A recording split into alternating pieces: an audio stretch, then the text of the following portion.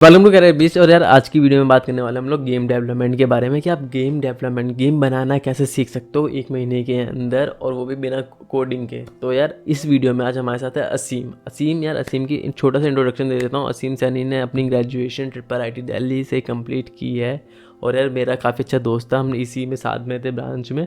हमने 2020 में हम लोगों ने ग्रेजुएशन कंप्लीट कर ली थी। तो असीम को यार स्टार्टिंग से रोबोटिक्स, ड्रोन, यूएवी इन सब में काफ़ी इंटरेस्ट था। तो हम लोग स्टार्टिंग के 5 सेमेस्टर हमारे इन सब में क्या था, अलग अलग कॉम्पिटिशन में पार्टिसिपेट करते थे इसके अंदर। फिर बेसिकली मैं सोचा था कि असीम हमारा रोबोटिक्स और ड्रोन्स वगैरह के ऊपर वीडियो बनाएगा। मगर फिर यार हम लोग बात करने वाले गेम डेवलपमेंट के। वो गेम डेवलपमेंट के क्यों? क्योंकि यार 5th सेमेस्टर में असीम ने 5th सेमेस्टर के हमने यूएवी वगैरह इन सब में कॉम्पिटिशन में पार्टिसिपेट किया था। उसके बाद हमने गेम छोड़ दी थी हर एक ने, तो इस पार्टिसिपेट करना बंद कर दिया था रोबोटिक्स वगैरह में। फिर उसके बाद 6th सेमेस्टर में असीम ने गेम डेवलपमेंट सीखना स्टार्ट किया, और 1 महीने का कोर्स होता है हमारे में GTT, जिसका नाम होता है गेम डेवलपमेंट का होता है कोर्स। उसके अंदर उसने यूट्यूब वगैरह या काफ़ी रिसोर्सेज से सीखा गेम, और गेम सीखने के बाद उसने एक इंटर्नशिप में अप्लाई किया था। उसकी इंटर्नशिप यार साउथ कोरिया के किसी यूनिवर्सिटी में लग गई, और उसको जितना भी साउथ कोरिया के अंदर यूनिवर्सिटी में आपको उसको साउथ कोरिया जाना था। साउथ कोरिया के अंदर उसने अपनी इंटर्नशिप की, गेम डेवलपमेंट की, और पूरा जो ट्रैवल एक्सपेंस है, वीज़ा का, उधर रहने का, स्टे वगैरह, खाने पीने का, सब यूनिवर्सिटी वालों ने उठाया था। साउथ कोरिया की जिस यूनिवर्सिटी में उसकी इंटर्नशिप लगी थी। फिर असीम ने ये भी बोला है कि वो आपको रेफ़र कर सकता है उस यूनिवर्सिटी के अंदर। आपने भी गेम डेवलपमेंट सीख लिया तो आप भी वहाँ पे आपको मौका मिल रहा है एक साउथ कोरिया के अंदर इंटर्नशिप करने का, और आपकी जेब से पैसा भी नहीं जाएगा। बस कंडीशन यही है कि आपको गेम डेवलपमेंट आना चाहिए। और कैसे आएगा वो इस वीडियो में बात करेंगे कि कहाँ से आपको सीखना है, कौन कौन से रिसोर्सेज है, क्या पूरा प्रोसेस है, और कोडिंग और बिना कोडिंग दोनों के कैसे सीख सकते हो। यार बिना कोडिंग के भी हम लोग गेम बना सकते हैं, तो इस वीडियो में मोस्टली हम लोग बिना कोडिंग की बात कर रहे हैं कि बिना कोडिंग के कैसे गेम उसने बनाना सीखा था और आप कैसे सीख सकते हो। फिर हम लोग गेमिंग के फ्यूचर के बारे में बात करेंगे, गेमिंग की फ्यूचर क्या है, और आप गेमिंग के फील्ड के अंदर इंटर्नशिप या प्लेसमेंट लाना चाहते हैं, करना चाहते हैं कि आपको इंटर्नशिप करना है गेमिंग फील्ड के अंदर, सॉफ्टवेयर डेवलपमेंट में नहीं जाना किसी कॉलेज के अंदर। ज़रूरी नहीं है कि यार आप CS के स्टूडेंट हो, EC के स्टूडेंट हो, आप किसी भी फील्ड के स्टूडेंट हो, किसी भी सब्जेक्ट के हो, आपकी भले बायोटेक ब्रांच हो, सिविल इंजीनियरिंग हो, आप दो भी आप गेमिंग सीख सकते हो और आपकी इंटर्नशिप और जॉब लग सकती है। तो इस वीडियो में पूरा वही डिस्कस होगा, तो यार एंड तक वीडियो देखना, स्किप मत करना। भले ही आप 1 की स्पीड में देखो या 1.5 की स्पीड में, बस वीडियो पूरा देखना। और अब हम लोग असीम का इंट्रोडक्शन लेते हैं। तो जैसा कि सूरज ने बताया, मेरा नाम असीम है। मैंने अपनी BTech IIT दिल्ली से करी थी, और मैं अपनी पोस्ट ग्रेजुएशन डिग्री करने UK में अभी ग्लासगो में आया हुआ हूँ। तो बस यही है। तो यार असीम, पहले तुम BTech करने से पहले, IIT दिल्ली ज्वाइन करने से पहले, मैं तुमने कॉलेज में बताया था तुमने कि तुम्हें अलग से कहीं बाहर अप्लाई किया था फॉरेन यूनिवर्सिटीज़ में BTech के लिए। तो तुम उसका हल्का सा मैं एक्सपीरियंस या अपना कुछ शेयर कर सकते हो स्टोरी की तुमने BTech कहाँ पे अप्लाई की थी, कहाँ पे तुम्हारा एडमिशन हो रहा था? हाँ, मैंने BTech IIT दिल्ली में अप्लाई करने से पहले मैंने कुछ कॉलेजेस से थे जो कि मैंने अप्लाई करे थे। तो वो कॉलेजेस मेरे को याद हैं। मैंने 3 या 4 कॉलेजेस अप्लाई करे थे, जिसमें से एक था HKUST, Hong Kong university of science and technology, एक था NTU, नन्यांग टेक्नोलॉजिकल यूनिवर्सिटी, और एक था NUS, national university of Singapore. तो ये सारे तीनों कॉलेज टॉप कॉलेज थे, वर्ल्ड रैंकिंग में टॉप 50 में आते हैं, बहुत अच्छे कॉलेज थे। पर उस समय कुछ प्रॉब्लम हो गई थी, तो मैं जा नहीं पाया। मेरा एडमिशन आ गया था HKUST में, बट मैं जा नहीं पाया। तो इसलिए मैंने अपनी डिग्री IIT D से लेना अच्छा समझा, क्योंकि ये कॉलेज बहुत अच्छी रैंकिंग थी इसकी, और इसमें बहुत ज़्यादा स्कोप भी था। तो फिर मैंने अपना डिसीज़न बदल के इंडिया से अपनी डिग्री लेना प्रेफर करा। तो यार जैसे मैंने आपको कहा था कि कैरियर बीस्ट के ऊपर हम लोग बात करेंगे हायर स्टडीज़ के ऊपर, तो मैं अभी 3-4 महीने बाद फिर से वीडियो शूट होगी जिसमें असीम शेयर करेगा अपना एक्सपीरियंस हायर स्टडीज़ का। मगर यार मैंने असीम को ना गेम डेवलपमेंट के लिए नहीं सोचा था कि इसके ऊपर वीडियो बनेगी। पहले मैंने सोचा था कि रोबोटिक्स की वीडियो कुछ आएगी हमारी, उसके अंदर असीम हो गए। क्योंकि रोबोटिक्स में क्यों कह रहा हूँ, क्योंकि असीम ने अपनी रोबोटिक्स की अगर मैं बात करूँ तो 10th क्लास में कोई कॉम्पिटिशन में पार्टिसिपेट किया था, ऑल ओवर इंडिया कुछ रैंक आई थी उनकी। फिर उसके बाद सेकंड उन्होंने कॉलेज के अंदर भी हमारे जो क्लब थे रोबोटिक्स के, और एक और था हमारा औरोरा क्लब, उसके अंदर भी वो हेड थे, कैप्टन थे। तो उसके वो हम लोग मतलब हमें मिला था चांस कि US जाने का, और उस समय तो मेरा वीज़ा कैंसिल हो गया था। उस समय सबका वीज़ा मतलब वो डिले आया था। तो उसके नेक्स्ट ईयर असीम गया था US से कॉलेज की तरफ से पार्टिसिपेट करने कॉम्पिटिशन में UAV वगैरह से रिलेटेड और रोबोटिक्स से लिए काफ़ी अच्छी नॉलेज है, तो मैंने सोचा था कि उसके ऊपर वीडियो आएगी। तो हल्का सा तुम वो वाला बता सकते हो अपना एक्सपीरियंस, फिर हम लोग गेम डेवलपमेंट की बात कर लेते हैं। मेन जो बात है पहले ये बात कर लेते हैं, और कोशिश करेंगे अलग से इसके ऊपर भी वीडियो बना ले कभी। ये मेरे को एक बहुत अच्छा एक्सपीरियंस मिला था कॉलेज में, जैसे कि ट्रिपल आईटीडी मैंने बताया है कि इसमें स्कोप बहुत ज़्यादा है, इसके क्लब्स और जो भी सोसाइटीज़ है बहुत एक्टिव हैं। तो जैसे कि मैं था यूएवी क्लब में जो कि औरोरा था, और उस टाइम पे हमारी जो ये टीम थी वो एक यूएसए में हमारा कंपटीशन होता है एक AUVSISUAS सुहास के नाम से। तो ये वर्ल्ड का नंबर 1 ड्रोन कंपटीशन है। तो हम पूरी टीम बना के हम साल भर काम करते हैं और फिर इसमें पार्टिसिपेट करने जाते हैं, और ये बहुत अच्छा एक्सपीरियंस था। पहले साल तो जैसे सूरज ने बताया उसका वीज़ा कैंसिल हो गया या मेरा वीज़ा डिले हो गया तो हम जा नहीं पाए थे, बट सेकेंड ईयर हम गए थे और बहुत अच्छा एक्सपीरियंस था। हमने यूएसए के नेवी बेस पे ड्रोन्स उड़ाए थे और बहुत सारी टीम्स आई थी ओवरऑल वर्ल्ड से, तो बहुत अच्छा एक्सपीरियंस था। मतलब अगर आपको कभी मौका मिलता है या आप रोबोटिक्स में इंटरेस्ट करते हो, ड्रोन्स में इंटरेस्ट करते हो, तो इस कॉम्पिटिशन को आप ज़रूर देखना, क्योंकि एक लाइफ चेंजिंग आपको एक मौका मिलेगा किसी दूसरी कंट्री में जाके एक नई चीज़ एक्सपीरियंस करने का और यूएवीज उड़ाने का, और इससे नेटवर्किंग भी बहुत अच्छी बनती है। तो यार फर्स्ट ईयर में तो ये वीज़ा का डिले था। हम लोग फर्स्ट ईयर में पूरा टाइम, फर्स्ट सेकंड ईयर में तो हमारा इसी में गया था। सैटरडे संडे हम लोग कॉलेज में ही रहते थे, यही काम करते रहते थे, सुबह शाम यही होता था हमारा ड्रोन का। तो ये समझ लो एक मंथ में जो हमारे 8 डेज़ होते हैं हमारे सैटरडे संडे, तो उसमें से 7 डेज़ तो या 6 डेज़ हम लोग कॉलेज में ही मिलते थे हमेशा। तो हमारा पूरा टाइम इसी में आता था। सेकेंड ईयर में यार मैं भी जाता यूएस, मगर हमारी कुछ लड़ाई हो गई थी, तो उसकी बात नहीं करेंगे। वो 1 महीने पहले कुछ हो गया था सीन वगैरह, तो मैंने टीम छोड़ दिया था उसके बाद, तो वो अलग सीन है। अब हम लोग बात कर टीम छोड़ी भी थी, बट हमने काम तो एकदम ही अच्छे से करा था। सूरज को भी सारा काम आता है, तो हमारी अलग अलग टीम्स डिवाइडेड थी। काम तो सभी जो भी हम सबको आता है वो इक्वल ही सूरज को आता है, और इक्वल ही जो भी मेंबर था सबको आता है। ये था हम, क्योंकि वीक में हमारे 7 दिन हम सिर्फ इस पे ही काम करते रहते थे। जैसे कॉलेज आवर्स कंप्लीट हो गए, फिर हम इस पे काम करना शुरू कर दिए। जैसे 5 बजे कॉलेज खत्म हो गया, तो हम 5 के बाद अपने जो भी हमारे टीम का रूम था या फिर लैब थी, हम वहाँ जाके काम करते थे। रात के 12, 1, 2 बजे तक काम करते थे, 1 बजे तक। फिर 2-3 बजे के बाद हम 2-3 घंटे सोते थे, क्योंकि सुबह सुबह हमें ड्रोन उड़ाने फील्ड में जाना होता था। तो हम 3-4, 4:30 बजे उठ के फील्ड पे जाते थे, क्योंकि अगर लेट जाएंगे तो धूप हो जाती थी। हम 2-3 घंटे सो के 5:30 बजे उठ के चले जाते थे फील्ड में, 6 बजे 7 बजे पहुंच गए और फिर ड्रोन उड़ाना शुरू कर दिया। ऐसा हम लगातार करते थे, हर महीने, हर हफ्ते। तो मेहनत तो करी है, उसके बाद ही यूएस जाने को मिला, और हमारी रैंक भी बहुत अच्छी आई थी उस टाइम पे। तो यार यही था हमारा मेन जो था कंपटीशन। मुझे अच्छा एक और चीज़, क्योंकि मैं हार्डवेयर टीम में था और असीम हार्डवेयर टीम में भी था, पायलट का भी एक्सपीरियंस था। पायलटिंग जो हमारे ड्रोन उड़ाते थे, असीम ही उड़ाते थे। तो तुमने कुछ लाइसेंस लिया था ना, कुछ पायलटिंग का तुम बता रहे थे। हाँ, वो सिमुलेशन वाला कुछ फ्लाइंग क्लब्स होते हैं, आप उसको ज्वाइन कर सकते हो। जैसे कि अगर आप दिल्ली में रहते हो तो गुड़गांव में कुछ फ्लाइंग क्लब्स हैं, आप वहाँ जाके एक आप उड़ाने की ट्रेनिंग ले सकते हो। और अब तो जैसे ड्रोन रेगुलेशंस ऑफ इंडिया ने नए लॉज निकाले हैं, तो उससे आप लाइसेंस भी आपको लेना जरूरी हो गया, अगर आप कोई भी अनमैन्ड व्हीकल या आरसी प्लेन उड़ाते हैं पर्टिकुलर वेट का। तो मेरे ख्याल से वो 150 ग्राम से नीचे का ड्रोन अगर आप लाइट वेट में आता है तो उसके लिए लाइसेंस नहीं चाहिए होता है। जरूरत नहीं है। पर अगर आप उससे भारी ड्रोन उड़ाते हो तो उसके लिए आपको लाइसेंस चाहिए होता है, तो वो मैंडेटरी कर दिया है।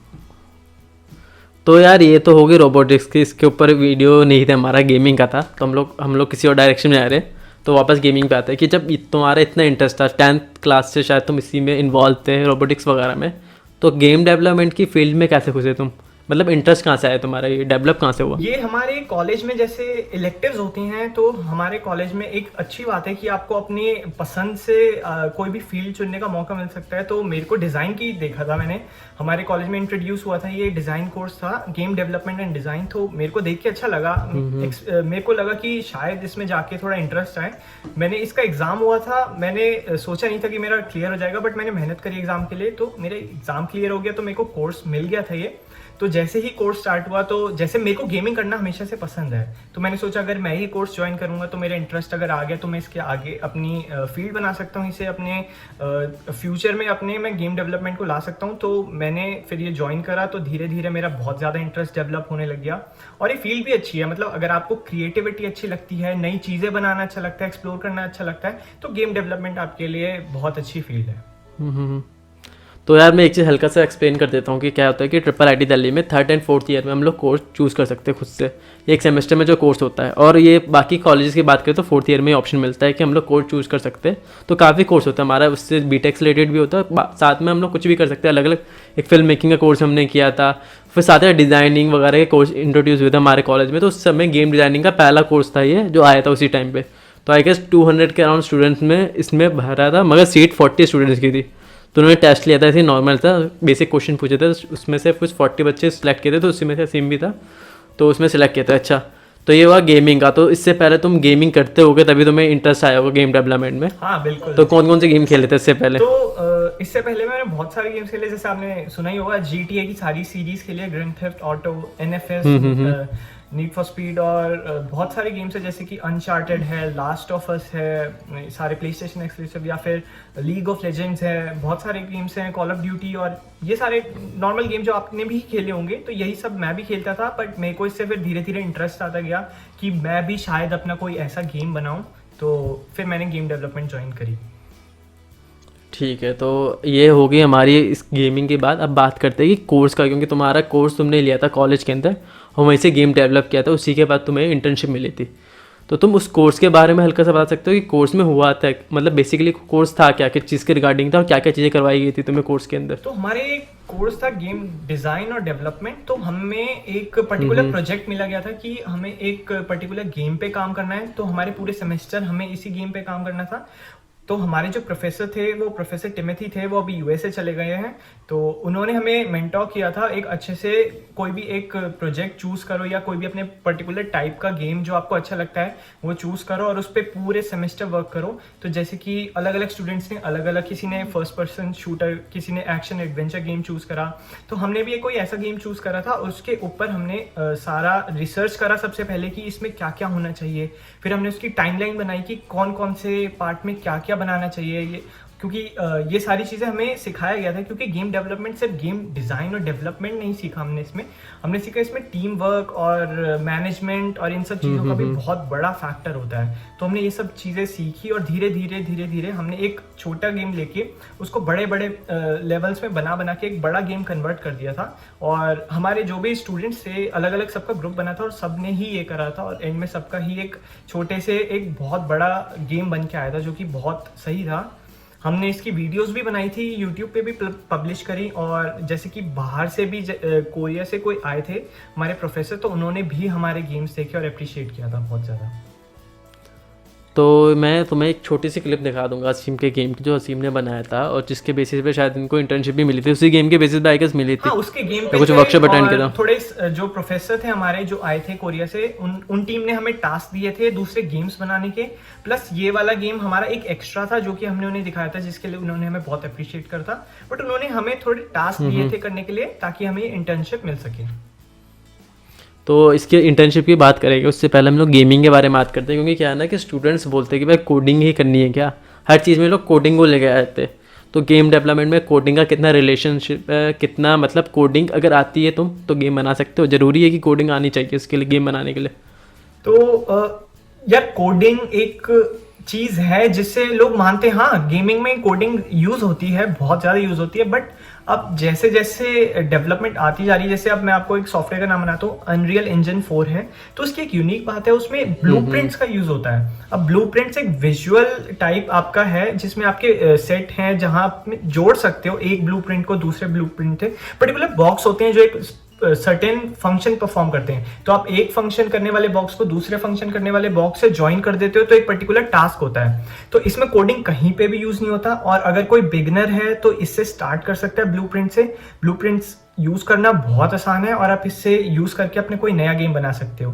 हाँ, कोडिंग यूज होती है और कोडिंग के भी अपने फायदे होते हैं और ब्लूप्रिंट्स के भी अपने फायदे होते हैं। तो दोनों चीज यूज होती है गेम डेवलपमेंट में। और गेम डेवलपमेंट सिर्फ कोडिंग नहीं है यार, गेम डेवलपमेंट में 10 चीज आती है। आपको एनिमेशन एक चीज होती है, अब क्योंकि अब गेम बन रहा है, कैरेक्टर का एनिमेशन भी बहुत जरूरी होता है। आपको सीन क्रिएट करना होता है, क्योंकि सीन जैसे आप एक बैकग्राउंड क्रिएट करोगे, तो ये सारी चीज़ें भी काउंट होती हैं। गेम डेवलपमेंट सिर्फ कोडिंग ही नहीं है, गेम डेवलपमेंट एक पर्टिकुलर बहुत सारी चीज़ों का मिक्सचर है जो कि आपको आनी चाहिए। अगर आप किसी गेम डेवलपमेंट कंपनी को खोल के देखते हो या उनकी जॉब्स देखते हो, तो उसमें सिर्फ कोडर नहीं होता, उसमें एनिमेटर भी होता है, उसमें स्क्रिप्ट डिजाइनर भी होता है, उसमें प्रोड्यूसर भी होता है, बहुत सारे लोग होते हैं और ये सब मिलके एक साथ एक गेम को डेवलप करके उसे मार्केट में पब्लिश करते हैं। ठीक है, तो हाँ यार, जो गेमिंग का तुमने बताया हमें कि बिना कोडिंग के कर सकते हैं हम लोग। एक अनरियल इंजन का शायद नाम लिया था, तो एक यूनिटी करके भी मैंने नाम सुना था, तो यूनिटी भी आई गेस सॉफ्टवेयर है। तो अगर हम बात करें गेमिंग के मामले में, तो यार लोग हमारा एग्जांपल पूछते हैं कि भैया हमारा एग्जांपल दो कि कौन सा गेम किससे बना है। तो आप एग्जांपल दे सकते हो कि यूनिटी या अनरियल इंजन से कौन कौन से गेम बने हैं हमारे। हाँ, बहुत सारे, मतलब यूनिटी एक और अनरियल इंजन तो मार्केट में इजीली अवेलेबल है हमारे लिए। इन इंजन्स पे जैसे आपने फोर्टनाइट खेला होगा या पबजी खेला होगा, ये सब अनरियल इंजन पे बने हैं। और यूनिटी के भी अलग ही गेम्स हैं, बहुत लिस्ट बहुत लंबी है। बट जैसे आपने बड़े बड़े गेम्स होते हैं वो, जैसे रॉकस्टार, आपने नाम सुना होगा अगर आपको गेम खेलना अच्छा लगता है, GTA सारी सीरीज रॉकस्टार ही निकालता है, तो उनका एक अलग अपना खुद का गेम इंजन होता है। तो ऐसा नहीं है कि कोई एक गेम इंजन से सारे ही गेम बनते हैं, तो हर किसी के अलग अलग गेम इंजन होते हैं और उनमें ही ये सारे गेम्स बनाए जाते हैं और लॉन्च किए जाते हैं। और अगर हम लोग बात की जाए कि पबजी खेलते थे हम लोग कॉलेज में, हम लोग मिनी मिलिशिया और बॉम्ब स्क्वाड करके खेलते थे, तो ये सब कौन से मतलब कोडिंग से बने हुए हैं कि हमारा अनरियल इंजन या यूनिटी टाइप पे बने हैं ये सारे गेम्स? मतलब पबजी तो बेसिकली अनरियल में ही बना है। अगर आप देखोगे तो हर एक के अलग अलग अनरियल इंजन या फिर यूनिटी, हर एक गेम अलग पर्टिकुलर इंजन में बना होता है। ऐसे आप किसी को डिस्क्राइब करके ये नहीं बोल सकते कि ये इंजन में बना है तो ये पर्टिकुलर इसका है। कंपनीज के ऊपर भी डिपेंड होता है, कोई चीज पर्टिकुलर फीचर्स यूनिटी में ज्यादा अच्छी हैं, कोई चीज अनरियल में ज्यादा अच्छी हैं। तो हर एक गेम का अलग अलग क्राइटेरिया होता है कि आपको कैसी चीज लॉन्च करनी है मार्केट में या कैसी चीज डेवलप करनी है, तो उसके हिसाब से ही आप इंजन चूज करते हो। नहीं, इधर में पर्टिकुलर कंसर्न है कि हम लोग बिना कोडिंग के गेम बना सकते हैं नहीं बना सकते। अगर इधर बात की जाए तो बिना कोडिंग के कौन कौन से गेम बने? कोडिंग के बहुत सारे गेम्स होने, मतलब ज्यादातर आप देखोगे वो सारे कोडिंग पे ही होते हैं क्योंकि गेम इंजन कोडिंग पे ही काम करते हैं। बट अगर आपको बिना कोडिंग के गेम बनाने हैं तो वो भी बन सकते हैं। जैसे मैंने आपको ब्लूप्रिंट्स बताया ना, अगर आप खोल के देखोगे अनरियल इंजन 4 है, अगर आप उसको डाउनलोड करोगे या उसके ट्यूटोरियल्स देखोगे यूट्यूब पे बहुत इजीली अवेलेबल है, और अगर आप वो खोल के देखोगे तो उसमें सारे जो गेम्स है, आप ब्लूप्रिंट से एक जैसे FPS गेम बनाना है या आपको रेसिंग गेम बनाना है, आपको कोडिंग करने की बिल्कुल जरूरत नहीं है। स्क्रैच से शुरू करो, एक सीन उठाओ, उसको उसमें सारे एसेट्स डालो, करेक्टर डालो और उसे ब्लूप्रिंट्स के थ्रू एनिमेट कर दो या करेक्टर डिजाइन कर दो, वो पर्टिकुलर एक्शन करने पे ये करेगा। तो आप बिना कोडिंग करे आप कोई भी गेम बना सकते हो, और बने भी हुए हैं। अगर आप यूट्यूब पे सर्च करोगे बिना कोडिंग करे हुए ब्लूप्रिंट्स के थ्रू गेम्स, वो भी बने हुए हैं और वो भी बहुत फेमस गेम्स हैं। हाँ, तो यार मैं वही हमेशा से बोलता आ रहा हूँ कि कोडिंग बहुत ज़्यादा मायने करता है, मगर कोडिंग सब कुछ नहीं होता।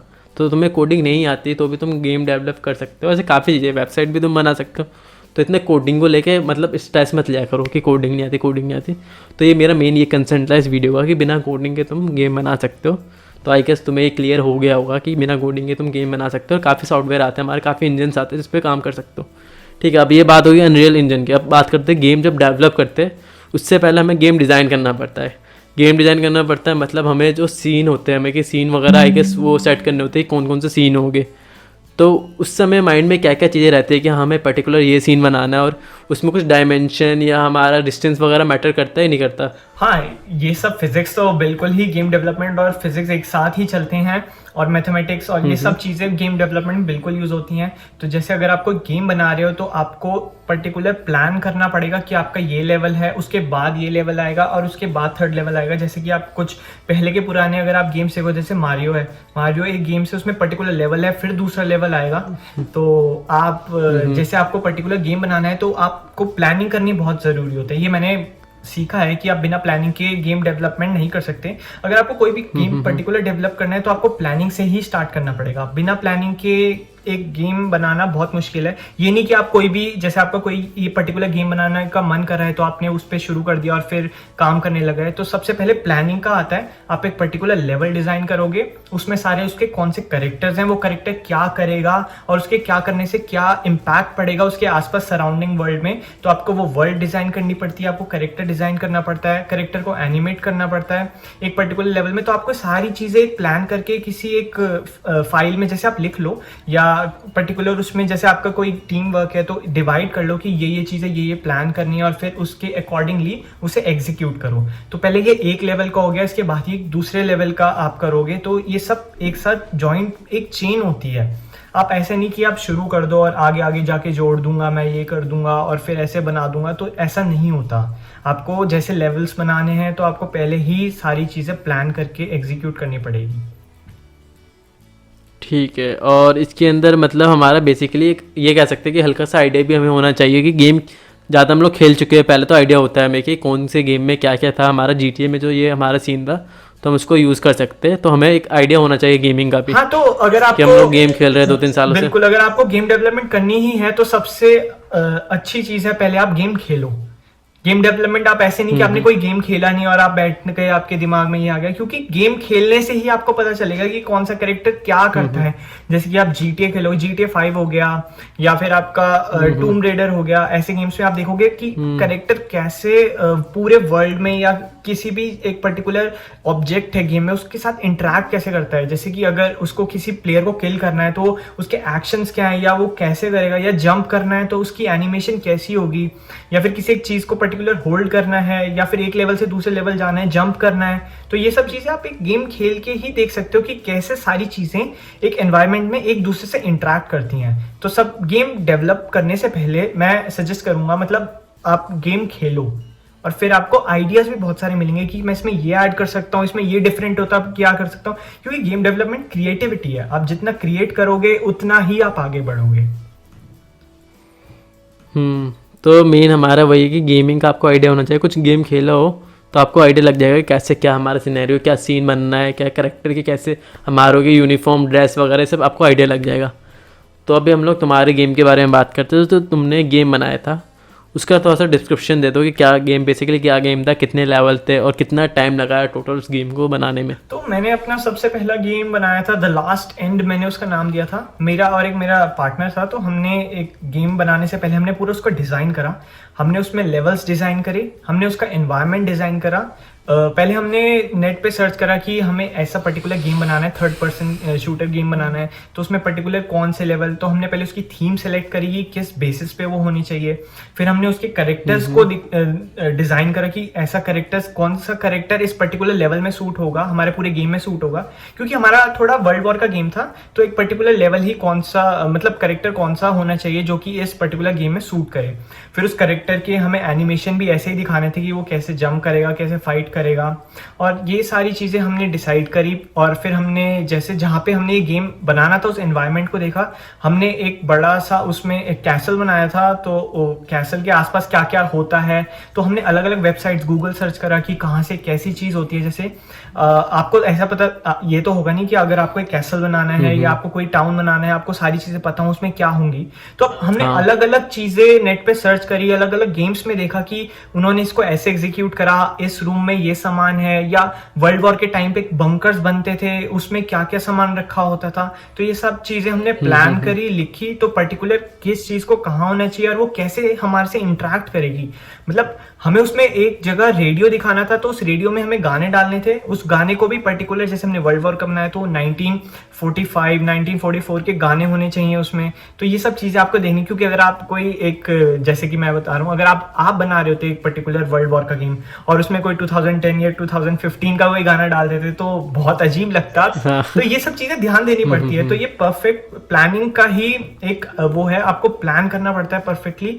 और उसमें लेवल्स, जैसे फिर हमने उसके लेवल्स बनाए, उसमें मेरे ख्याल से एक पर्टिकुलर लेवल था जिसमें हमें सारे ज़ॉम्बीज डालने थे और उसमें बहुत सारी चीज़ें थी। तो ज़ॉम्बीज भी कैसे होने चाहिए, जैसे कि वर्ल्ड वॉर का गेम है तो वर्ल्ड वॉर जैसे ही ज़ॉम्बीज होने चाहिए।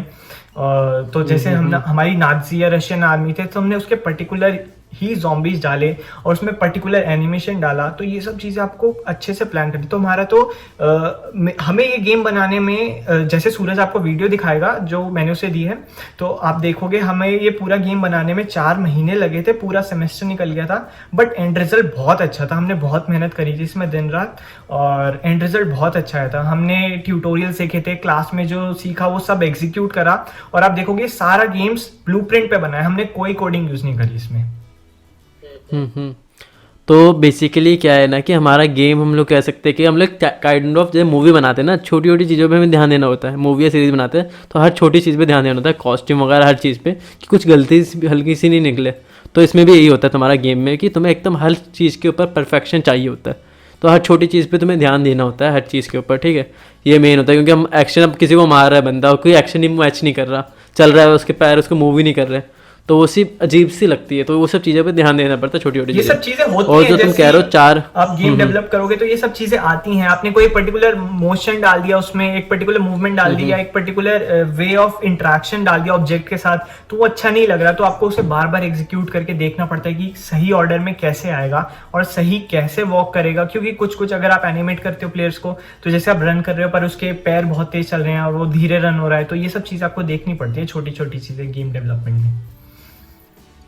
ठीक है। और अगर तुम कह रहे हो कि तुम्हें जो टाइम लगा था बेसिकली 4 महीने का लगा था, ठीक है, तुझे और रशिन को, ठीक है, तो हमारा उस समय कोर्स चल रहा था, तो हम ये कह सकते हैं कि हमने तरीके का टाइम नहीं दिया इसके ऊपर। अगर हम लोग ढंग से सिर्फ यही काम कर रहे होते और कुछ नहीं कर रहे होते, जब हम लोग बात करें, अगर हम लोग वैकेशन की बात कर लेते, समर वैकेशन और विंटर वैकेशन की, तो आई गेस ये 1 महीने में प्रोजेक्ट पूरा कंप्लीट हो जाता। हाँ, क्योंकि यार कॉलेज है हमारा, हमें बाकी 4 कोर्सेज भी, उन पे भी पूरा ही ध्यान देना है इक्वली।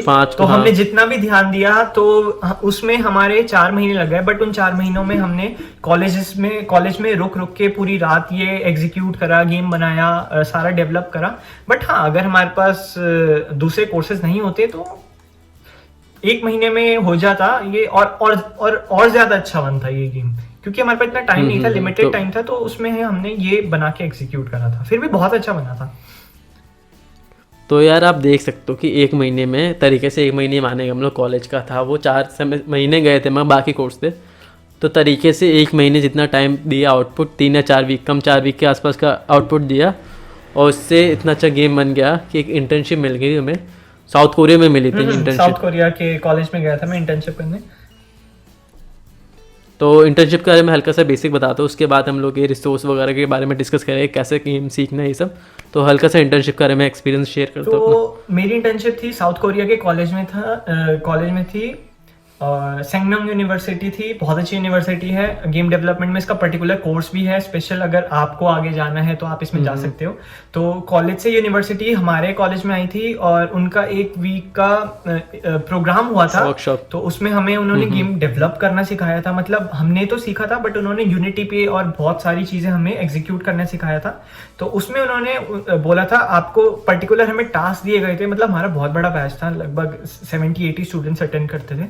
तो उसमें इतने बड़े बैच में उन्होंने हमें, जब सारा कोर्स खत्म हो गया तो उन्होंने हमें एक पर्टिकुलर टास्क दिया कि आप ये वाले गेम्स बनाओ, और 2-3 गेम्स बनाने को उन्होंने बोला था। उन्होंने बोला था अपनी क्रिएटिविटी दिखाओ इसमें, बेसिकली क्योंकि गेम डेवलपमेंट तो क्रिएटिविटी है, तो उन्होंने बोला अपनी क्रिएटिविटी दिखाओ। अगर आपने यही प्लान एग्जीक्यूट कर दिया तो मोस्ट प्रोबेबली आपको नहीं देते इंटर्नशिप। बट मैंने वो लिया और उसमें मैंने अपने ही एड ऑन्स करे, और मैंने जो अनरियल इंजन पे गेम बना रहा था और उसमें एड ऑन्स करके मैंने उन्हें दिखाया प्रोफेसर को अपने।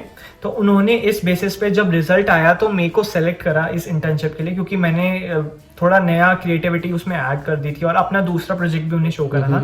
तो उन्हें बहुत अच्छा लगा था। तो इस बेसिस पे उन्होंने मेरे को 2 मंथ्स की वहाँ पे मेरे को इंटर्नशिप करने का मौका मिला था, जहाँ पे एक बहुत अच्छा एक्सपीरियंस है, क्योंकि साउथ कोरिया और जापान आप देखोगे तो ये गेमिंग हब्स हैं, तो ज्यादातर गेम्स यहाँ पे डेवलप होते हैं, यहीं से आते हैं हमारे। हाँ, और ये सब पबजी का भी कुछ शेयर हमारा साउथ कोरिया का, ये हाँ, और बहुत सारी गेम्स अगर आप देखोगे तो मैं वहाँ गया इंटर्नशिप करने, वहाँ पे मेरे नए फ्रेंड्स बने, टीममेट्स बने, जो कि सारे गेम डेवलपमेंट में ही थे। तो कुछ एनिमेट करते थे, कुछ लेवल डिजाइन करते थे, और कुछ उस पे वर्क करते थे एनवायरनमेंट पे। तो हर टीममेट का अलग रोल हुआ करता था। तो हमने प्लानिंग करी, एग्जीक्यूशन करी, पर इंटर्नशिप से मेरे को बहुत कुछ सीखने को मिला था। गेम डेवलपमेंट एक बहुत बड़ी फील्ड है, इंडिया में शायद इसको इतना बड़ा मानते नहीं है, बट इसका स्कोप बहुत अच्छा है। अगर आप देखोगे आगे जाके गेम डेवलपमेंट में आप बहुत ज़्यादा पैसे भी कमा सकते हो और बहुत ज़्यादा स्कोप भी है। बाहर के कॉलेजेस में भी लोग स्पेशली इंडिया से गेम डेवलपमेंट करने सीखने बाहर जाते हैं। साउथ कोरिया हो गया आपका, जापान हो गया, या यूके हो गया, यूएसए, इसमें इतनी बड़ी बड़ी कंपनीज सिचुएटेड हैं और इनके इतने बड़े बड़े आपको पैकेजेस मिलते हैं इसके पर एनम के जॉब के, और बहुत सारी अपॉर्चुनिटीज है गेम डेवलपमेंट अगर आप देखोगे तो। ठीक है। और जैसे तुमने बताया था 1 वीक का वर्कशॉप था तुमने बनाया था, तो ये कह सकते हैं तुमने मतलब गेम जो 4 महीने तुमने सीखे थे 1 महीने तरीके से, तुमने 1 महीने सीखने के बाद तुमने गेम बना लिया 1 वीक के अंदर उनको दिखाने लायक। तो गेम बनाने में कितना टाइम लगता है? मेरा मेन ये कंसर्न है कि अगर कोई गेम बना रहा है, मैं 2-3 गेम की बात करूँगा कि हमारा फ्लैश गेम जो होता था हाँ, कि फ्लैश मिनी गेम्स आते गेम थे। जिसको कहते हैं वो। तो हाँ तो अगर आपको छोटे गेम जैसे एक नॉर्मल एस्ट्रॉइड का गेम से, अगर आपने पुराना मोबाइल्स में आता था वो एक करते थे, एस्ट्रॉइड्स आते थे उनको तोड़ना होता हाँ था, हाँ अगर वैसा कोई गेम आज में अगर आप बनाओगे तो यूनिटी में, जैसे उन्होंने सिखाया था यूनिटी में बनाया, तो वो गेम अगर आप यूट्यूब पे ढूंढोगे तो एस्ट्रॉइड के किसी नाम से आएगा वो गेम। तो वो गेम आप ट्राई कर सकते हो, वो कोडिंग से बनाया था हमने, तो वो 1 दिन में बन गया था वो गेम। बट अगर आप उसमें वही एड ऑन्स करोगे, क्रिएशन करोगे, सीखने में भी टाइम लग जाएगा, तो 2-3 दिन में आपको अच्छे से वो गेम बनाना आ जाएगा। और ऐसे बहुत सारे गेम्स हैं। यूनिटी अगर आप डाउनलोड करोगे तो वो आपको कोडिंग करना भी सिखाते हैं, बहुत सारे ट्यूटोरियल्स हैं और उसमें सारे एसेट्स भी देते हैं जिससे आप एक एंट्री लेवल गेम बना सकते हो। और जैसे तुमने गेम बनाया था, हम लोग जैसे जॉम्बिस के वाले गेम बनाए, बात करते हैं, एक जॉम्बिस का गेम बनाया हमने, एक बंदा है जॉम्बिस है उसके पीछे, वही 30-40 जो भी जॉम्बिस है अलग अलग लेवल पे आ रहे हैं। तो अगर हम लोग को हमारा टोटल 20 से 25 मिनट का गेम है, तो मुझे पता है ग्राफिक के ऊपर और काफ़ी चीज़ों के ऊपर डिपेंड करता है, मगर कितना टाइम लग सकता है? मतलब 1 महीने से 2 महीने लग सकते हैं इसको बनाने में, कि 2 वीक से 4 वीक लग सकते हैं? कितना टाइम देखो लग यार, सकता ये है? तो डिपेंड करता है परफॉर्मेंस ये तो आप सब पे डिपेंड होता है जो कि कितना टाइम दे सकते हो। अगर आप दिन के 10 घंटे दे रहे हो तो 1 हफ्ते में भी बन सकता है। और अगर आपको और एड ऑन्स करने हैं, देखो यार इसमें कोई पर्टिकुलर टाइम लिमिट होती नहीं है। जैसे कि मैंने एक पर्टिकुलर गेम बना दिया, अब जैसे सूरज बनाएगा या आप में से कोई गेम बनाएगा तो उसमें शायद वो 10 एड ऑन्स एक्स्ट्रा करे या 10 एड ऑन्स कम करे, हाँ। या फिर उसमें वो एक पर्टिकुलर इंट्रैक्शन एक ऑब्जेक्ट की या पर्टिकुलर इंट्रैक्शन ऑफ ज़ॉम्बी ज्यादा डाले।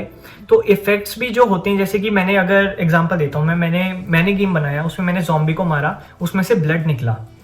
बट अगर सूरज ने बनाया उसमें ब्लड नहीं निकला, उसने वो एनिमेशन नहीं दिखाई है, नॉर्मल ज़ॉम्बी का खेल है कि वो मारते ही गायब हो गया, वैनिश हो गया स्क्रीन से। तो यार उन चीजों में देखोगे तुम कम टाइम लगता है बनाने में। और मैं वही अगर ब्लड इफेक्ट बनाऊं या पार्टिकल इफेक्ट बनाऊं या पर्टिकुलर ऑब्जेक्ट की इंट्रैक्शन बनाऊं तो इसमें ही मेरे 1-2 दिन चले जाएंगे, क्योंकि मेरे को ये मेरी क्रिएटिविटी है कि ऐसी चीज दिखाना। तो ये ऐसे ही यार हर किसी पे डिपेंड होता है कि वो क्या क्या एड ऑन्स करना चाहता है, या एक पर्टिकुलर लेवल को किस लेवल तक लेके जाना चाहता है, या किस पर्टिकुलर वे में एग्जीक्यूट करना चाहता है। तो यार एक पर्टिकुलर क्रिएटिविटी में तो ऐसे कोई टाइमलाइन फिक्स्ड है नहीं, किसी को कितना टाइम लग सकता है, किसी को कितना टाइम लग सकता है। तो यार अगर बात करें सिस्टम रिक्वायरमेंट की, तो तुम्हारा सिस्टम जिस पे तुम बनाते थे, तो मुझे हल्का फुल्का याद है रिशिन का वो लैपटॉप था, तो उसमें i7 था, ठीक है, i7 10 जनरेशन होगी मेरे हिसाब से, या 9 जनरेशन थी, हाँ 9 या 10 जनरेशन थी, और SSD था और 8 GB की रैम थी, ऐसा कुछ था। तो हमें अगर कोई गेम बना रहा है बेसिकली, तो उसको सिस्टम रिक्वायरमेंट क्या चाहिए उसको? मैकबुक पे, जो तुम्हारे पास मैकबुक था तो उसमें गेम बना सकते हैं हम लोग, ये नहीं बना सकते? यार देखो मेरे पास मैकबुक एयर है इसमें तुम यूनिटी के छोटे छोटे बिगनर लेवल जैसे मैंने भी बनाया, इसमें तुम भी बना सकते हो। बट अगर तुम बात करते हो कि एक हैवी लेवल गेम बनाने की, जैसे कि मैंने बनाया था वो ज़ॉम्बी वाला अनरियल इंजन से, कोई भी, पहली बात तो ये पॉसिबल नहीं है मैकबुक एयर में। और जो लो लेवल के लैपटॉप्स होते हैं, जैसे मेरा मैकबुक एयर इस चीज़ को हैंडल बिल्कुल नहीं कर सकता है, मैं दूसरे पर्पस के लिए यूज करता हूँ। अगर आपको अच्छे लेवल की गेम डेवलपमेंट करनी है तो आपका पीसी भी अच्छा होना चाहिए, लैपटॉप जो होता है गेमिंग लैपटॉप उससे भी काम हो जाएगा।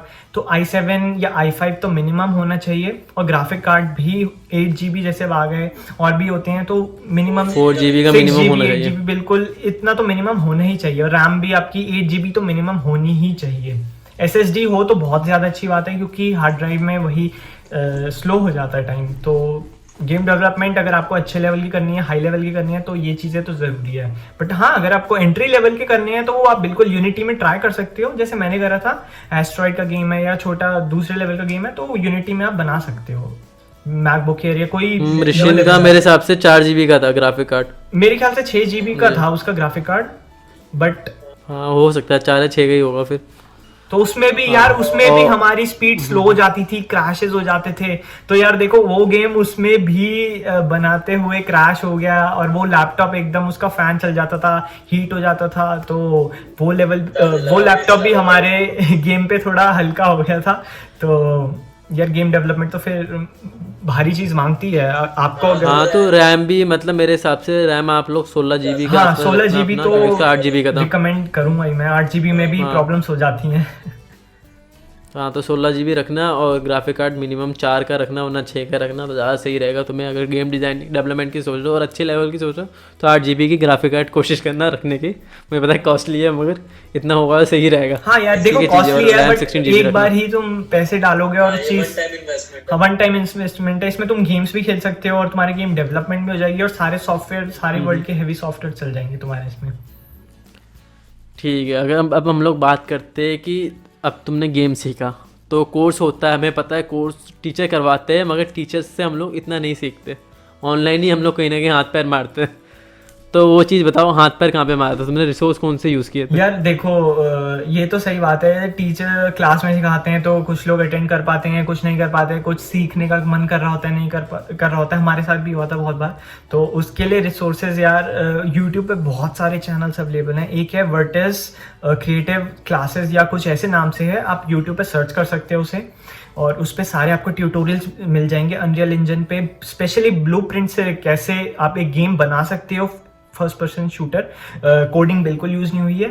और बाकी आपकी अगर अनरियल इंजन की वेबसाइट पे बहुत सारे डॉक्यूमेंटेशन अवेलेबल हैं, यूनिटी के डॉक्यूमेंटेशन उसकी वेबसाइट पे अवेलेबल हैं, आप वो देख के कोडिंग कर सकते हो या गेम डेवलपमेंट कर सकते हो। और बहुत सारी चीजें यार यूट्यूब पे सब कुछ अवेलेबल है। और अगर आपको यूट्यूब भी नहीं करना, जैसे प्रोफेशनल आजकल ऑनलाइन कोर्सेज आ गए, मूक्स बोलते हैं इसे, multiple online open online courses, हाँ। तो आप उसमें यूडेमी में भी बहुत सारे कोर्सेज हैं, कोर्सेरा पे बहुत सारे गेम डेवलपमेंट Coursera, के EDX। मैंने, हाँ EDX जो भी है, आप उस पे सर्च, मैंने खुद सर्च करके देखा था और उसमें गेम डेवलपमेंट का कोर्स है, आप वो कर सकते हो। और यूनिटी और अनरियल इंजन पे गेम डेवलपमेंट करना स्टार्ट कर सकते हो, मतलब बिगिन कर सकते हो, सीख सकते हो। तो ये सारे कोर्सेज और ऑनलाइन बहुत सारी चीजें अवेलेबल हैं, बस आपको मन करना चाहिए कि आपको कोई चीज डेवलप करनी है या क्रिएट करनी है, बस आपका मन पे डिपेंड है, क्योंकि रिसोर्सेज तो सारी जगह अवेलेबल है। ठीक है, वैसे ये वीडियो में सर को दिखाऊंगा कि उनकी क्लास से कुछ नहीं किया था। तो देखो यार, तुम फर्स्ट ईयर से भी सीख सकते हो ये सब चीज़ें, ठीक है, कोई ऐसा सीन नहीं है। फर्स्ट ईयर में जाके भी तुम फर्स्ट सेकंड ईयर से स्टार्ट कर सकते हो गेम डेवलपमेंट का, जो तुम्हें वैकेशन मिलेगा। अभी वैसे भी ऑनलाइन सेमेस्टर अभी ख़त्म हो रहे हैं वैसे, तो तुम इसमें हमारा जो समर का वैकेशन मिलेगा या विंटर का मिलेगा जो भी हो, तो तुम उसको यूटिलाइज़ कर सकते हो ढंग से। तो वहाँ पे तुम 1 महीने में सीख सकते हो, इतना गेमिंग तुम्हें आ जाएगा कि तुम उस पर काम कर सकते हो पहली चीज़। और यूट्यूब पे तुम्हें मिल जाएगा, और बाकी कोर्सेरा वगैरह के ऊपर मैं वीडियो बनाऊंगा जिसके अंदर तुम्हें फ्री में सर्टिफिकेट मिल जाएगा, $150 तुम्हारे बच जाएंगे। तो ये मैंने असीम को भी बताया था, मैं उसने यूज़ नहीं किया था मैं ट्रिक, मैंने 2-3 लोगों को बताया, उन्होंने यूज़ किया है, तो फ्री में सर्टिफिकेट मिल जाते हैं। तो यार ये तो थोड़ी अलग चीज हो गई, सर्टिफिकेट कैसे, तो मेरे को पता नहीं सूरज क्या करता है। बट हाँ अगर तुम इसमें बस ये लिखना हो, कुछ स्टेटमेंट लिखना होता है कि यार मैं स्टूडेंट हूँ, मैं पैसे नहीं कमाता, ये सब चीज़ें कुछ लाइन्स लिखनी होती है, तो इमोशनल होकर मिल जाता है हमें। यार मैं तो रिकमेंड नहीं करता, अगर कोई चीज़ चीज़ है अगर तुम्हें अच्छे से सीखनी है तो एक बार पैसे दे के जरूर सीख लो, उसका फायदा जरूर होता है। पता नहीं यार, एक स्टेटमेंट लिखने से वो कुछ वेरिफिकेशन होता नहीं। वैसे भी स्टूडेंट है, मतलब 100% में सही चीज़ें लिख रहा हूँ कि मैं स्टूडेंट हूँ, पैसे कमाता नहीं हूँ, तो मुझे फ्री में कोर्स चाहिए, मुझे अपना कैरियर बनाना है। तो इतना लाइन लिखने से ये लोग दे देते हैं। मैं जब वीडियो बनाऊंगा तो मैं पूरा स्टेटमेंट तुम्हें दे दूंगा क्या लिखा था मैंने, तो तुम उससे फ्री में कोर्सेज ले सकते हो। मैंने 5-6 कोर्सेज लिए। कोर्सेरा यूडेमी बनी तो स्टूडेंट्स के लिए ही है, अगर स्टूडेंट्स ही लिख देंगे हम स्टूडेंट्स हैं और नहीं हम पे कर सकते तो कैसे चलेगा। नहीं, मैंने उसके साथ एक लाइन और ऐड की थी, वो मैं बाद में भेजूंगा, तब पता चलेगा वो लाइन क्या थी। वो मेन वो एक लाइन थी जिसने गेम प्ले किया था वहाँ पे। चलो यार तेरी ट्रिक्स हैं तो तू ही जाने। ठीक है, अब हम लोग अब बात करते हैं कि जैसे लोग बीटेक कर रहे हैं, बीटेक में मोस्टली लोग चले जाते हैं गेमिंग डिज़ाइनिंग में, या बीसीए की भी बात करते हैं, वो लोग भी गेम डिज़ाइनिंग कर जाते हैं। तो ऐसी कोई डिग्री है स्पेसिफिक जो हम लोग गेम डिज़ाइनिंग से रिलेटेड कर सकते हैं, या कोई कॉलेज स्पेसिफिक? कॉलेज स्पेसिफिक मैं कॉलेज भी बता सकता हूँ कि मैंने खुद सोचा था, जो भी मैं मास्टर्स कर रहा हूँ, मास्टर से पहले मैं तो अभी दूसरे उसमें कर रहा हूँ, बट मैंने सोचा था गेम डेवलपमेंट जाने के लिए, बट मेरे को मौका मिला नहीं। बट हाँ बहुत सारी डिग्री स्पेसिफिक गेम डेवलपमेंट में है, जैसे कि मैं आप बताता हूँ, यूके में कॉलेज है, एबर्टे कॉलेज है स्कॉटलैंड में, बहुत अच्छा कॉलेज है, स्पेसिफिक गेम डेवलपमेंट में ही है। और रॉकस्टार नॉर्थ है यहाँ पे जो सिचुएटेड है, वो सीधा वहाँ से जाके हायर करता है। और बाकी सोल साउथ कोरिया है, आपके जापान है, टोक्यो, और इन सब में बहुत सारी जगह पे कॉलेजेस खुले हुए हैं। इंडिया में नेशनल इंस्टीट्यूट ऑफ डिजाइन है, ये बैंगलोर में है, मैं कंफर्म नहीं बता सकता कि कहाँ पे और क्या नाम है, बट हाँ नेशनल इंस्टीट्यूट ऑफ डिजाइन है शायद उसका नाम। तो वो पर्टिकुलर उसमें गेम डेवलपमेंट और एनिमेशन के हैं, ये सब चीज़ें हैं उसमें। और इनका जॉब मार्केट बहुत ज़्यादा है। अगर आप देखोगे बाहर, इंडिया पे फोकस अगर आप ना करो, अगर आप कुछ वेबसाइट्स खोल के देखो कि कैरियर कैसे होता है, तो आपको पता चलेगा कि सिर्फ कोडिंग ही नहीं गेम डेवलपमेंट में लोग मांगते हैं, और क्या क्या चीज़ें रिक्वायरमेंट है। और ये सारी चीज़ें की स्पेसिफिक डिग्रीज है, एनिमेशन की स्पेसिफिक डिग्रीज है, एनवायरमेंट डिज़ाइन की स्पेसिफिक डिग्रीज है, स्क्रिप्ट एडिटिंग की स्पेसिफिक डिग्रीज है, क्योंकि एक स्क्रिप्ट के बिना कैसे गेम बनेगा। गेम एक मूवी ही है, बट उसकी भी एक स्क्रिप्ट होती है। तो हर चीज़ें अलग अलग हैं, और उन सब चीज़ों की पर्टिकुलर डिग्रीज भी होती हैं स्पेसिफिक, और उन सब चीज़ों की पर्टिकुलर जॉब्स भी होती हैं स्पेसिफिक। ठीक है। तो वैसे मैं बोलने वाला था कि क्योंकि मोस्टली जो कॉलेज बताए गए वो इंडिया के नहीं है, तो मैं वही बोलने था भाई आज तो इंडिया का बताता है, हमेशा इंडिया के बाहर का बताता है कॉलेज। नहीं देखो यार, तो इंडिया के भी कॉलेज हैं, और बहुत सारे ढूंढोगे तो मिलेंगे। एनिमेशन के बहुत अच्छे कॉलेजेस हैं इंडिया में, डिजाइन के बहुत अच्छे कॉलेज हैं इंडिया में, गेम डेवलपमेंट के भी बहुत अच्छे कॉलेजेस हैं इंडिया में। बस ढूंढने की देर है। ऐसा मत देखो कि हमें मतलब यही करना है, C++ कंप्यूटर साइंस सीख के, या फिर ये सीख के, या गेम डिजाइन का कोई कॉलेज नहीं मिल रहा तो नहीं जाना। तो एनिमेशन से स्टार्ट कर सकते हो। एनिमेशन भी बहुत अच्छी फील्ड है, और गेम डेवलपमेंट में बहुत अच्छी तरीके से यूज होती है ये। ठीक है। तो अब हम लोग, अगर तुम्हारी इंटर्नशिप में जो तुमने ये सब सीखा, इंटर्नशिप किया, ठीक है, तो इंटर्नशिप करने के बाद तुमने तो कोई कांटेक्ट बनाया कि कल को अगर मैं बोलूँ, कांटेक्ट मतलब कॉलेज के ही जो प्रोफेसर थे हमारे, या वहाँ पे किसी से कांटेक्ट में हो कि कल को कोई स्टूडेंट बोले कि भैया मैंने गेम डेवलपमेंट इतना सीख लिया है, तो आप मुझे कांटेक्ट या मुझे रेफ़र कर सकते हो उनके सामने कि मैं अपना प्रोजेक्ट उनको शोकेस कर सकूँ, दिखा सकूँ, और मे बी वो मुझे अपॉर्चुनिटी दें। बिल्कुल। मेरे प्रोफेसर हैं, एक तो जो इन्होंने मैं सिखाया था प्रोफेसर टिमोथी, वो तो यूएसए चले गए, और जो मैं साउथ कोरिया में था वो प्रोफेसर किम थे। तो प्रोफेसर किम से मेरी मतलब इंटरेक्शन होती रहती थी। उन्होंने, प्रोफेसर टिमोथी और प्रोफेसर किम दोनों ने ही मेरा LOR लिखा। जब आज मैं कॉलेज में पढ़ रहा हूँ तो मैंने लेटर ऑफ रिकमेंडेशन उनके ही यहाँ करे। तो मेरी इंटरेक्शन, मेरे पास ईमेल ID बात होती रहती है। तो अगर किसी ने गेम डेवलपमेंट इतना अच्छा सीख लिया कि बहुत अच्छा बन गया, तो मैं बिल्कुल उन्हें फॉरवर्ड कर सकता हूँ, सर ये पर्टिकुलर स्टूडेंट है और इसके इतना अच्छा गेम डेवलपमेंट और डिजाइन में इतना आगे बढ़ गया, इसने अच्छा गेम सीख लिया। तो बिल्कुल वो भी खुश होंगे, और शायद वो इंटर्नशिप भी दे दें। तो उन्हें भी इन सब चीज़ों की वो भी ऐसे ही लोगों को ढूंढते, क्योंकि गेम डिजाइन से वो भी हैं। तो एक कम्युनिटी है, एक कम्युनिटी, और इसमें स्पेसिफिक लोग मिलके अपने आइडियाज डिस्कस करते हैं, पर्टिकुलर जॉब्स, इंटरेक्शन, ये सब चीज़ें होती हैं यार। मेरे पास है, मतलब उनसे मेरा कनेक्शन है। ठीक है। तो यार काफ़ी अच्छा मौका है, मैं मतलब ये वीडियो बना लिया है, अब तुम इसको सीख सकते हो गेम डेवलपमेंट को, और फ्यूचर में वैसे मैं वो क्या कहते हैं, असीम का ना लिंक्डइन और इंस्टाग्राम दोनों के अकाउंट में शेयर कर दूंगा, तो तुम वहाँ से असीम से कांटेक्ट में जा सकते हो। वहाँ पे अपना प्रोजेक्ट, मैं पहले आप प्रोजेक्ट बना लेना, ये नहीं कि डायरेक्ट मैसेज करो, नहीं। प्रोजेक्ट तो जैसे कि अगर तुम्हें प्रोजेक्ट बनाना भी है, तुम्हें पर्टिकुलर गाइडेंस जॉब या रोल्स देखनी है, तो सबसे मैं तुम्हें कुछ वेबसाइट्स बता सकता हूँ। तो उन्हें तुम खुद देखोगे कि क्या क्या चीजें हैं, कौन कौन से रोल्स पे तुम काम कर सकते हो। तो जैसे अगर लास्ट ऑफ अस एक गेम है, तो उसे बनाया नॉटी डॉग ने, तो नाम सुना हुआ, बहुत ज्यादा फेमस गेम है। तो नॉटी डॉग की वेबसाइट पे जाओ, उस पे कैरियर्स होते हैं, उसके कैरियर पे आप देखो कौन कौन सी वैकेंसीज ओपन है या कौन कौन सी जॉब वो प्रोवाइड करते हैं। आपको दिखेगा कि बहुत सारी अपॉर्चुनिटीज है गेम डेवलपमेंट में, एक पर्टिकुलर कोडर ही नहीं है, बहुत सारी अपॉर्चुनिटीज है। नॉटी डॉग हो गया, इलेक्ट्रॉनिक्स, EA स्पोर्ट्स हो गया आपका, रॉकस्टार हो गया आपका, और बहुत सारी वेबसाइट्स हैं। आप जाओ वहाँ पे देखो, यूबीसॉफ्ट हो गई, इतनी सारी वेबसाइट्स हैं। तो मैं क्या करता हूँ, मैं बार बार यहाँ पे जाके देखता रहता हूँ कि कौन सी वैकेंसीज कब खुल रही है, या कौन से रोल्स ज्यादा डिमांड में आ रहे हैं, और कौन से उनकी कहाँ पे पर्टिकुलर। तो आपको ये सब चीजें दिख जाएंगी कि कौन से particular region of the world में कौन सी वैकेंसीज हैं और कौन सी जॉब ज्यादा डिमांड में है। और आप देखोगे इंडिया में, मैंने आज ही खोल के देखा था, और इंडिया में मैंने देखा रॉकस्टार का पर्टिकुलर ऑफिस है इंडिया में, बैंगलोर में है मेरे ख्याल से। तो वहां पे उनकी वैकेंसीज निकली हुई हैं। आप सर्च करो कौन सी टाइप की वैकेंसीज वो मांगते हैं और कौन सी टाइप की जॉब इंडिया में भी है। क्योंकि ऐसा नहीं है यार, तुम अगर गेम डेवलपमेंट सोचो कि सारी बाहरी जॉब्स हैं और इंडिया में कुछ है ही नहीं। इंडिया में, बैंगलोर में बहुत ज्यादा कुछ है, तुम रिसर्च करो और तुम्हें सब दिख जाएगा। इंडिया में भी बहुत कुछ है। तो यार अब मुझे, मेरे हिसाब से इंटर्नशिप के बारे में बात करने की जरूरत नहीं, इंटर्नशिप प्लेसमेंट के बारे में वैसे हमने कवर कर लिया, बीच बीच में पॉइंट्स हमारे कवर हो रहे थे, तो तुम्हें पता चल जाएगा इसका इंटर्नशिप और प्लेसमेंट का। बाकी वही गेम सीख लो, तुम्हें बाकी मैं असीम्स का मैं इंस्टाग्राम दे दूंगा, हैंडल तो मैं दे दूंगा, और लिंक्डइन का अकाउंट दे दूंगा, तो वहाँ पे मैसेज करके पूछ सकते हो, कोई डाउट हो गाइडेंस वगैरह ले सकते हो। और उसके अलावा यार तुम अपना प्रोजेक्ट बना लिया तो शोकेस कर सकते हो, तो कल को तुम्हें साउथ कोरिया में जाने का मौका भी मिल सकता है। अच्छा ये बताना, साउथ कोरिया में गए थे तो कुछ बेनिफिट मिलता है ना वहाँ पे, मतलब एक्सपेंडिचर वगैरह ये जो होता है, हाँ, मेरे को वो मेरा हल्का सा शेयर कर दो। हाँ सारा ट्रैवल का एक्सपेंडिचर, डे टू डे जो भी मेरे को पर्टिकुलर फिक्स मनी है वो सब वो देते थे मेरे को खर्च करने के लिए। मेरे को कुछ नहीं करना, जाके सिर्फ काम करना था या इंटर्नशिप अपनी करनी थी, बाकी वो सब ठीक है। तो कवर था। स्टाइपेंड वगैरह इसके अलावा मिला था एक्सपेंडिचर, मतलब ट्रैवल वगैरह स्टे के अलावा कुछ मतलब स्टाइपेंड वगैरह? यार वो स्टाइपेंड के ही बराबर होता है, क्योंकि मेरे पास मेरा एकोमोडेशन फ्री था, मेरी ट्रैवल फ्लाइट फ्री थी, तो वो जो मेरे को देते थे वो दिन के जैसे पर डे मील का देते थे या घूमने का ही देते थे। वो मेरे को खुद बोलते थे जाओ एक्सप्लोर करके आओ साउथ कोरिया, आज यहाँ आप चले जाओ या पर्टिकुलर वहाँ जगह पे। तो वो सब चीज़ें, मतलब साउथ कोरिया में वेजेस बहुत हाई हैं, तो मेरे को बहुत हाई अमाउंट में उन्होंने हर दिन का दिया था कि अगर मैं ये भी सोचूं कि मैं सिर्फ फूड में खर्च कर दूं तो उसके लिए मेरे को किसी 5 स्टार में जाना पड़ता, और तभी मेरे डेली कंज्यूम हो जाता। तो उन्होंने अच्छा पे करा था। बट हाँ, अगर आप कुछ खरीदना चाहते हो, आप उसमें जो स्टाइपेंड ही इक्वल था वो जो मेरा डेली था जो मिलता था, मतलब लगभग बराबर ही था।